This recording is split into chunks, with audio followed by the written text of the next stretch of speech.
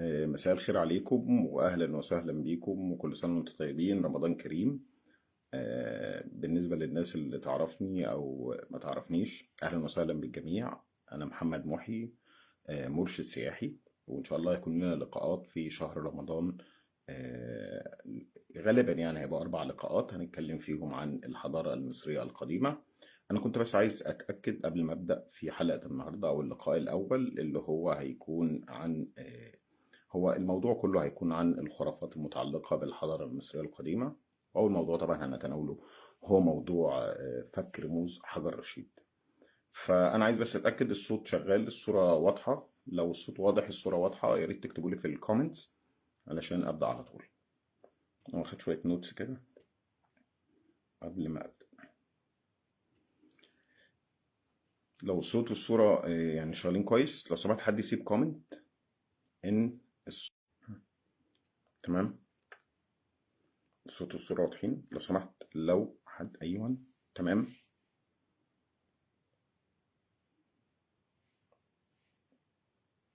يا مساء النور. طيب احنا هنبدأ على طول.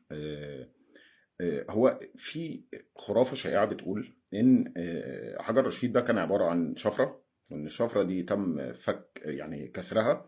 فكسر الشفرة دي لا يعني بالتحديد يعني إن الشفرة اللي اتفكت دي صحيحة يعني، فبالتالي في يعني أشياء بديلة ممكن نقرا بيها حجر رشيد. فطبعا احنا عشان نقدر نناقش الموضوع ده فاحنا نبدأ من الأول خالص، يعني هو أصلا إيه حجر رشيد ده وليه احتاجنا أصلا إن احنا نفك رموزه. طيب، البداية طبعا بدأت في المراحل التاريخية للحضارة المصرية القديمة، لما مصر القديمة كان ليها لغة اسمها لغة الميدو نتر أو كلام الإله. المصريين القدماء كانوا بيسموا لغتهم ميدو نتر، كلام الإله. الميدو نتر ده كان بيتكتب بأكتر من طريقة، أشهرهم اللي احنا بنقول عليها دلوقتي الهيروغليفي. الهيروغليفي ده كان الخط الرسمي. الخط الرسمي ده هو اللي بيتكتب بيه على المعابد، بيكون فيه شكل العلامات واضحة. يعني زي ما بنقول كده مثلا، يعني عندك البومة اللي هي الصوت ميم دي كانت بتتكتب، بيتحط التفاصيل بتاعة الريش بتاعها وهكذا. فده ببساطة شديدة الهيروغليفي. الهيراتيقي ده كان خط المصريين القدماء بيسموه الشعيد او المكاتبات. ايه خط الشعيد او المكاتبات ده؟ انا طبعا مثلا لما اكون موظف شغال في مؤسسه مثلا ما، او شغال حتى على شؤون غلال او اي حاجه، فانا بحتاج ان انا اكتب بسرعه، عايز ايد مثلا بسرعه الكلام ده. فخط المكاتبات ده كان اسرع طريقه، وهو مختصر من الخط الهيروغليفي، فهو كان بس اختصار علشان نقدر ندون في الحياه اليوميه. فهي نفس اللغه ولكن بخط مختصر. معلش بس انا هقف ثانيه. مش عارف، هو بيقول لي ان في سلو كونكشن، فانا مش عارف هل صوتي ما زال واضح، ان هو بيديني ايرور ان الكونكشن مش مظبوط. كان بس حد يسيب كومنت، انا متاسف جدا.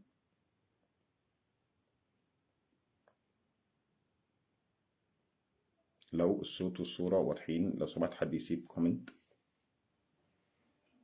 اوكي تمام. طيب، فاحنا قلنا دلوقتي ان هي لغه واحده وطريقتين في الكتابه لحد دلوقتي، يعني اللي هو الهيروغليفي اللي هو الخط الرسمي، او اللي هنقدر نقول عليه اللي هو الخط المكلف، يعني هو دايما تكلفته عاليه جدا، وطريقه كتابته طبعا محتاجه يعني مهاره ودقه شديده يعني ومراجعات كتير. بعد كده بندخل على الشعيد اللي هو خط المكاتبات، او اللي هو اللي احنا بنقول عليه دلوقتي الهيراتيقي. تمام. بعد كده من الهيراتيقي ده اللي هو الخط المختصر ده نشأ منه خط ثالث وهو الديموتيقي. الديموتيقي برضه شعيد بس مختصر اكتر، ويمكن هو كمان من اصعب الخطوط دراسة في اللغة المصرية القديمة. يبقى احنا كده عندنا لغة واحدة البيدونيتر بتتكتب بثلاث خطوط، زي ما احنا بنكتب دلوقتي مثلا في خطوط متعددة لكل اللغات دلوقتي. فالموضوع بسيط جدا وسهل جدا. طيب، اللي حصل ان مع الاحتلال الفارسي الثاني قبل مجيء الاسكندر، ظهر في مصر في الوقت ده كوميونتي كبير او مجتمع كبير من المرتزقه اليونانيين وكذلك التجار. احنا كان بيربطنا يعني بدون دخول في اي مقدمات او تعقيدات، كان بيربطنا ما بيننا وما بين اليونان في الوقت ده. يعني زي ما نقول كده تبادل ثقافي مثلا، او بنقول يعني ان في احتكاك ثقافي من نوع ما. فالاحتكاك ده نتج عنه، او يعني ده ما نظن يعني ظهور خط جديد لكتابه اللغه المصريه القديمه، وهو اللي احنا بنسميه دلوقتي الخط القبطي. ما هو الخط القبطي؟ الخط القبطي ببساطة شديدة هو اللغة المصرية القديمة مكتوبة بأبجدية يونانية. وأنا هنا مش بدخل في تفاصيل ومش بحاول أعقد الموضوع، أنا بحاول أبسط الموضوع على قد ما أقدر. يبقى احنا عندنا لحد ما قبل الإسكندر الأكبر عندك نفس اللغة بتتكتب بأربع طرق مختلفة: الهيروغليفية، الهيراتيقية، الديموتيقية، وكذلك القبطية، أو اللي هو الخط الرابع أو المرحلة الأخيرة من مراحل اللغة المصرية القديمة اللي هو القبطي. طب هو سمي قبطي ليه أصلا؟ هو اتسمى قبطي علشان اليونان او الاغريق وقتهم، الحضاره اللي هي المرحله الثقافيه بتاعت او ثقافه الجريكو رومان او اليوناني الروماني، كان بيسمي بلدنا ببساطه ايجوبتس. فكان بيسمي المواطن المصري المواطن لا ايجوبتي، وكان مصر اسمها ايجوبتس، فايجوبتي دي اللي جت منها قبطي بعد كده. فعشان كده حتى برضه هتلاحظوا ان احنا اسم بلدنا في اللغات الاجنبيه او الأوروبية وكذلك الإنجليزية بيبقى ايجيبت، وعندنا مصر لأن احنا موروثنا في الحتة دي عربي مش أوروبي أو مشتق من الحضارة اليونانية الرومانية. فعلشان كده مثلا ده بيطرح لنا اختلاف المسميات.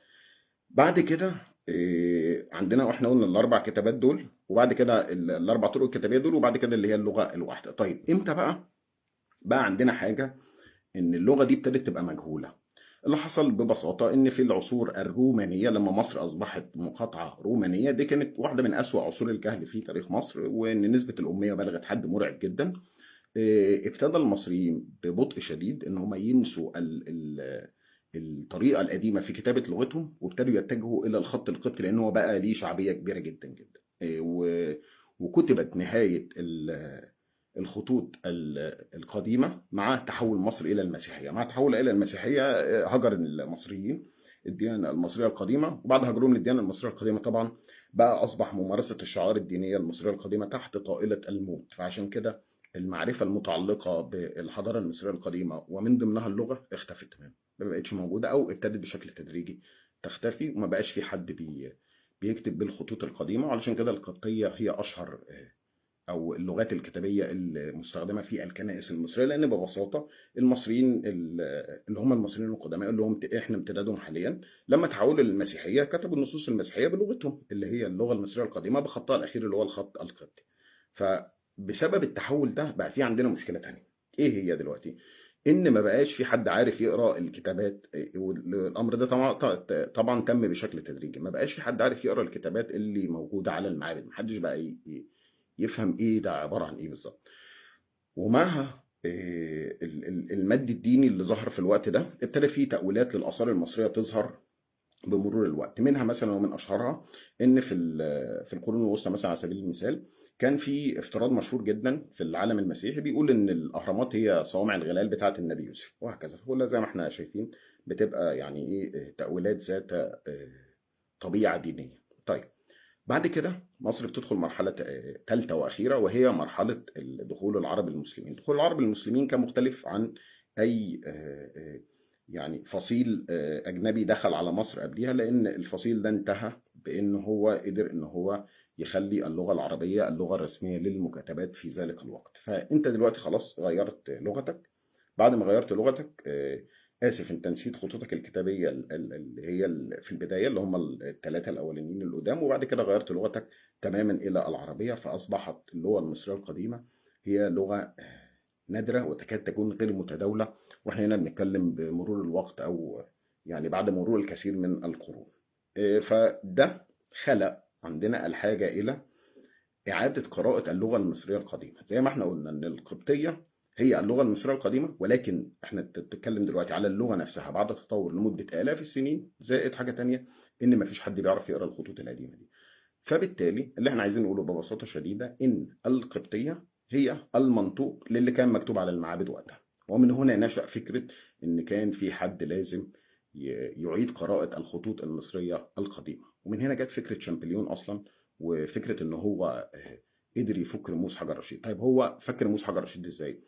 أنا طبعا بحاول أتناول الموضوع من وجهة النظر اللي هي إيه الخرافات اللي كانت محيطة بالموضوع وقتها، يعني أو إيه اللي حصل خلى إن الموضوع يعني يبقى فيه خرافات ولغط شديد جدا. ببساطة لما نابليون جه هنا مصر 1799 بعد قدوم الحملة الفرنسية بسنتين، في عسكري فرنسي أو ضابط فرنسي اسمه بوشار عثر على حجر فريد من نوعه في الطابية أو في قلعة رشيد بتاعت الاشرف قايتباي. فالحجر ده لفت نظره بسبب حاجه بسيطه جدا، وهو ان الحجر ده عليه نص مكتوب باليوناني وقتها، واليوناني كان مقروء. وبعد كده لقوا ان الحجر فيه سكشنين او قسمين، فوق اليوناني ده، فوق النص اليوناني دول مكتوبين بنفس اللغه القديمه اللي هم بيشوفوها على المعابد. باختصار الحجر كان مكتوب بالخط الهيروغليفي والخط الديموطيقي، نص فوق بالهيروغليفي، نص تحتيه بالديموطيقي، وتحتيهم نص باليوناني. وكان من الواضح ان الحجر ده فريد من نوعه، لان هو لاول مره يعني هم لما عثروا على الحجر وابتدى يتنشر وابتدى يعني ينتشر ما بين الاوساط العلميه وهكذا، ابتدت الناس تعتقد وقتها ان نفس النص اللي مكتوب في الاخر خالص باليوناني هو نفس النص اللي مكتوب فوق بالهيروغليفي والديموطيقي. هم كانوا عارفين يقروا النص اليوناني ويترجموه، لكن هم ما كانوش عارفين يقروا اللي فوق. هم افترضوا ان هو ده ترجمه ده، او دي كانت النقطه اللي انطلق منها شامبليون علشان يفك رموز حجر رشيد، وبالتالي يعيد قراءه اللغه المصريه القديمه. كان بيسابقه في الوقت ده طبيب بريطاني اسمه توماس يونغ. وبالمناسبه المنهجيه العلميه لتوماس يونغ كانت اعلى بكتير من شامبليون، اللي كان يعتبر يعني يعتبر كانه هاوي بالنسبه للمنهجيه العلميه بتاعه توماس يونغ. فعلشان كده يعني يمكن عشان شامبليون قدر ان هو يعرف ان هو يفك رموز حجر رشيد، دي كانت يا دوبك عشان هو سبق توماس يونغ بخطوه بس صغيره خالص، وهو ان شامبليون اتعلم قبطي وبقى قدر ان هو يحقق الربط ما بين القبطيه اللي هي اللغه المنطوقه وقتها وما بين الكتابات القديمه. شامبليون ببساطه اعتمد على فكره ان في حاجه اسمها خراطيش. الخراطيش دي احنا عرفنا بعد كده ان هي بتحتوي على اسماء الملوك والملكات. اسماء الملوك والملكات في مصر القديمه كانت تكتب في شكل بيضاوي عباره عن الدائره اللانهائيه من الحمايه اللي اسمها شن، وجوه الشن دي بيبقى فيه رن او اسم، والاسم ده لازم يكون اسم ملكي سواء لملك او لملكه. فالجنود الفرنساويين وقتها شافوها ان هي شبه طلقه الخرطوش فسموها خراطيش وقتها. شامبليون كان عارف يقرا ودي كانت من معرفة سابقة في وقته، كان عارف يقرا اسم كليوباترا من مسلة كانوا بيسموها وقتها مسلة كليوباترا، فقدروا ان هم يقروا اسم كليوباترا من عليها، وهو لقى نفس الاسم بيتكرر هناك، زائد ان هو قرا اسم تاني وهو بطولمي، لان النص اصلا كان مهدى للملك بطولمي الخامس او ابيفانوس.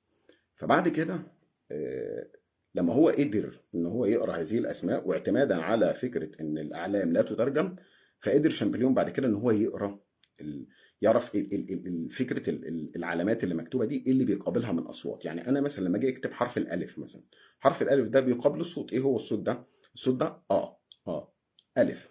فهو حاول يعني قدر عن طريق الاسماء ان هو يعني يعرف بعض العلامات، وعن طريق ربط البعض الاخر بالقبطيه قدر ان هو يعني يفك رموز هذا الحجر ويعيد قراءة اللغة المصرية القديمة ويؤسس لبداية الحقيقية لعلم المصريات. فعشان كده أنا بدأت كلامي في البداية قلت إن في بعض الناس بتتناول هذا الموضوع باعتبار إن شامبليون كان الحجر ده عليه شفره، هو فك الشفره دي فقدرنا نقرا اللغه. اللي عمله شامبليون ببساطه شديده ان هو اعاد قراءه الخطوط القديمه للغه المصريه القديمه، وهم الهيروغليفيه والهيراتيقيه والديموطيقيه. وبعد شامبليون بمئات السنين طبعا ظهرت الابحاث كتيره جدا قدرت ان هي تزود من معرفتنا باللغه المصريه القديمه. فعلشان كده جزء كبير من دراسه علم المصريات هو دراسه اللغه المصريه القديمه. عشان كده في ناس دلوقتي للاسف يعني ذات تفكير خرافي شديد بتطلع تقول ان هي شفره، وان الشفره دي ليها حل تاني. فالحل التاني ده هو اللي هو يعني في ناس بتطلع بحاجات غريبه كده وتقول لك ان اللغه المصريه القديمه كانت هي اللغه العربيه وهكذا. يعني طبعا دي حاجات كلها يعني خرافات واساطير ملهاش اي اساس من الواقع. طيب هي ليه اصلا الناس دي بدات تتخذ هذا المنهج في التفكير؟ انا يوسفني اقول ان هو تفكير خرافي متعلق بالقرون الوسطى، وكان معتمد اعتماد شديد على نظرة الثقافة العربية للغة المصرية القديمة والحضارة المصرية القديمة. عشان كده بيطلع مثلا لحد دلوقتي في ناس بتقول ان العلماء العرب المسلمين هم اللي فكروا رموز حجر رشيد، وبيظهر في هذا الصدد شخص بيسموه ابن وحشية النبطي. هو حقيقي فعلا الراجل ده حاول ان هو يفك او يقرا الهيروغليفيه المصريه، ولكن هي كانت لغرض اخر تماما. يعني الراجل ده كان بيتكلم عن، هو كتبه كلها متعلقه بالسحر، السحر الكبير والسحر الصغير، وتقدروا يعني تدوروا على جوجل على العناوين اللي هو كتبها دي. لم يبقى منها اي شيء يعني. ويمكن حتى الكتاب اللي هم بيستندوا عليه لابن وحشية اللي اسمه شوق المستهام في معرفة رموز الأقلام، ده في مستشرق أعتقد نمساوي اسمه جوزيف هومر. هومر ده هو اللي خرج المخطوطة واللي نسبها لابن وحشية. المخطوطة دي لما بنيجي نفتحها بنلاقي إن ابن وحشية عمل جداول معينة. الجداول دي لملوك أسمائهم خرافية، هو بيفترض إن دول ملوك مصر القديمة. وإن الجداول دي بتحتوي على رموز هيروغليفية، الرموز دي بتؤدي إلى كنوز هذا الملك أو شفرة هذا الملك. فعشان كده هو المنهجيه اللي هو اتبعها اصلا ان هي ان هو بيفك شفرات ويبحث عن كنوز. عشان كده المنهجيه دي كان يستحيل ان هي تنجح ابدا. ولكن تبقى هذا في الوجدان الجمعي في الشرق الاوسط، هي فكره ان المصريين القدماء كانوا ناس بتاعت سحر، وان الهيروغليفيه دي عباره عن شفرات وهكذا. فده اللي يعني ظهر، يعني كان السبب في ان الافتراض ده يبقى يعني ليه رواج شديد جدا في هذا الوقت. على صعيد آخر بتظهر برضو أحد المغالطات المشهورة التانية اللي بتربط الموضوع بشخص يدعى يوحنا الشفتيشي. يوحنا الشفتيشي ده المصادر اللي موجودة تحت إيدينا بتقول إن كان في كاهن قبطي، كاهن مصري مسيحي، كان بيشتغل مترجم للحملة الفرنسية. الراجل ده يقال بعد كده إن هو سافر على فرنسا وأنشأ مدرسة لتعليم القبطية، وهناك شامبليون اتعلم فيها. ففي بعض الناس بقى طبعا بتركن الى المغالاه وتقول ان يوحنا الشفتيشي ده هو اللي فك رموز حجر رشيد. المشكله في حاجه بسيطه جدا، ان الزعيمين بتاع ابن وحشيه ويوحنا الشفتيشي ده يعني ده ظهر بعد ما رموز حجر رشيد اتفكت بالفعل. فطب قبل كده يا جماعه، هل عندنا في اي كتابات بتثبت ان الناس دي قدرت تتوصل الى قراءه اللغه المصريه القديمه بخطوطها القديمه؟ لا.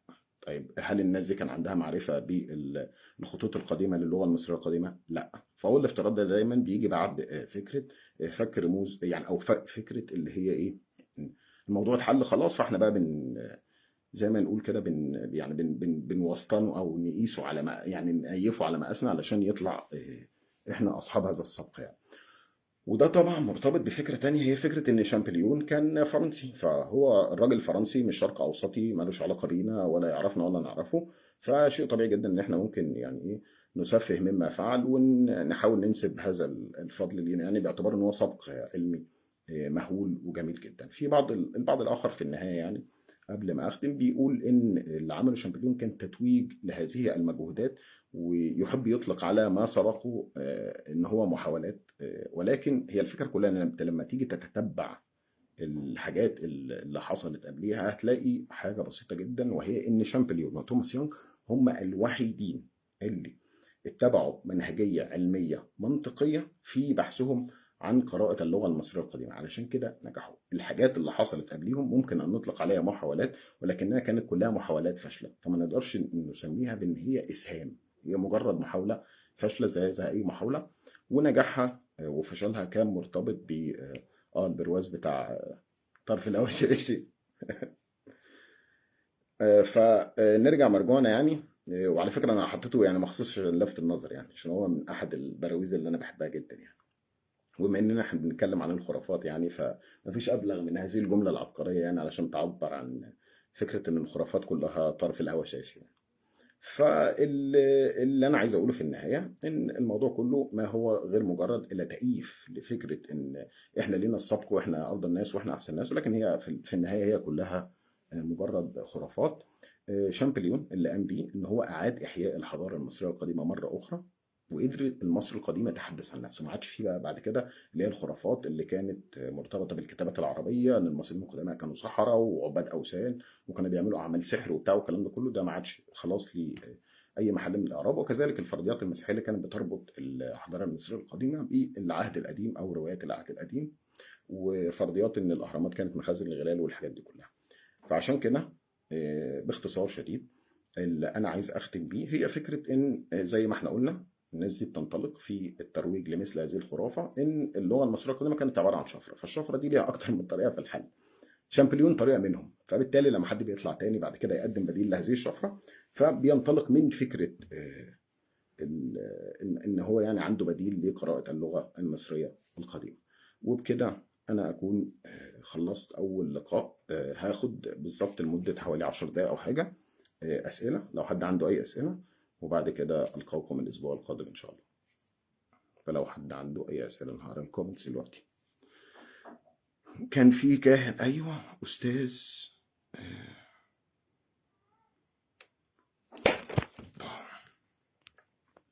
سوري، الاسبوع الجاي مفيش البروازة خلاص، عشان هو لفت الانظار بما فيه الكفايه.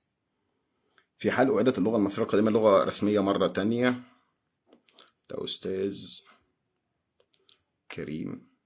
معلش الكومنتس بتنط بسرعه جدا. اعادت اللغه المصريه لغه رسميه، مش عارف ايه الموضوع ده.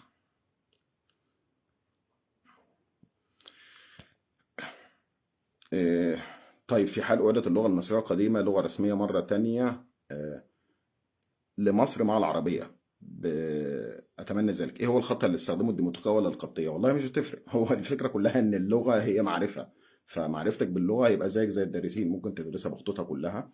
وفي المدارس دلوقتي بتعمل يعني تقديم لفكرة اللي هي معرفة حتى العلامات الأحادية في اللغة المصرية القديمة. ولما أنا أقول علامات أحادية يعني العلامة اللي بتدي صوت واحد، ب، ب، وهكذا، اللي هي العلامات اللي هي صوت واحد. وبالمناسبة اللغة المصرية القديمة كانت لغة بتعتمد على علامات بتدي أصوات. في علامة ممكن تدي صوت واحد، علامة بتدي صوتين زي مثلا، دي يعني عظيم. علامة بتدي 3 أصوات زي نفر، نفر معناها جميل. وعلامة 4 أصوات، ومعاك لحد 7 أصوات كمان. فعشان كده العلامات بتاعت اللغة المصرية القديمة كانت كبيرة ومتعددة جدا. طيب بعد كده عندنا أستاذ سامح. يقال ان كان قبطي اسمه يوحنا الشفتيشي ساعة شامبليون. ماشي خلاص، احنا قلنا ده الكلام ده يا استاذ سامح. احنا قلنا ان يوحنا، اقصى ما اوصلت لنا للمصادر، ويعني بشويه ملح برضه هنقدر يعني ناخدها بمصداقيه، يعني هي ان يوحنا علم شامبليون القبطيه. طيب هل تعليم القبطيه دلوقتي، هل كل الناس اللي بتتعلم قبطي دلوقتي، وهو المرحله الرابعه والاخيره من اللغه المصريه القديمه، بيعرف يقرا هيروغليفي؟ الاجابه لا. فعشان كده احنا ممكن نقول ان يوحنا يعني ما نقدرش نوصفه، يعني اعتبارا بتاريخيه هذه، يعني لو اعتبرنا بتاريخيه هذه الشخصيه، هنقدر نوصفه ان هو واحد علم شامبليون القبطي بس، مش اكتر ولا اقل من كده. لكن فك هو رموز حجر رشيد؟ لا، ده احتمال مستبعد، زيه زي فكره ابن وحشيه. وبالمناسبه برضه في واحد تاني عراقي اسمه ابو القاسم العراقي. الراجل ده كان بينسخ الاثار المصريه، ونسخ لوحه مهمه جدا لملك اسمه سنوسرت الثاني. اللوحه دي ما عادتش موجوده خلاص، احنا عرفنا عنها من الرسومات بتاعته. بس طبعا الراجل كان بيتبنى العقلية الخرافية، ان دي طلاسم، وان الطلاسم دي بتؤدي الى كنوز او معرفة خرافية عن هذا الملك وهكذا. فملخص القول قبل ما نقفل النهاردة، الموضوع ببساطة شديدة هو إن مصر كان ليها لغة. اللغة دي كانت اسمها كلام الإله. اللغة دي كانت بتتكتب ب4 طرق، فقدنا 3 طرق فيهم مع دخول المسيحية. بعد كده الطريقة الرابعة أو الطريقة الرابعة وكذلك المنطوق بتاع اللغة دي اختفى، أو يعني ابتدى في التدهور مع تحول مصر إلى العربية. فعشان كده إحنا كان عندنا حاجة إلى إعادة قراءة هذه اللغة مرة أخرى. وبعد كده كان البريك ثرو أو يعني الدفعة الكبرى مع فك شامبليون لرموز حجر رشيد. أشكركم جدا على الاستماع والحضور. نورتوني، وكل سنة وانتم طيبين، وألقاكم الجمعة القادمة لو في عمر الساعة 9 مساء. باي باي.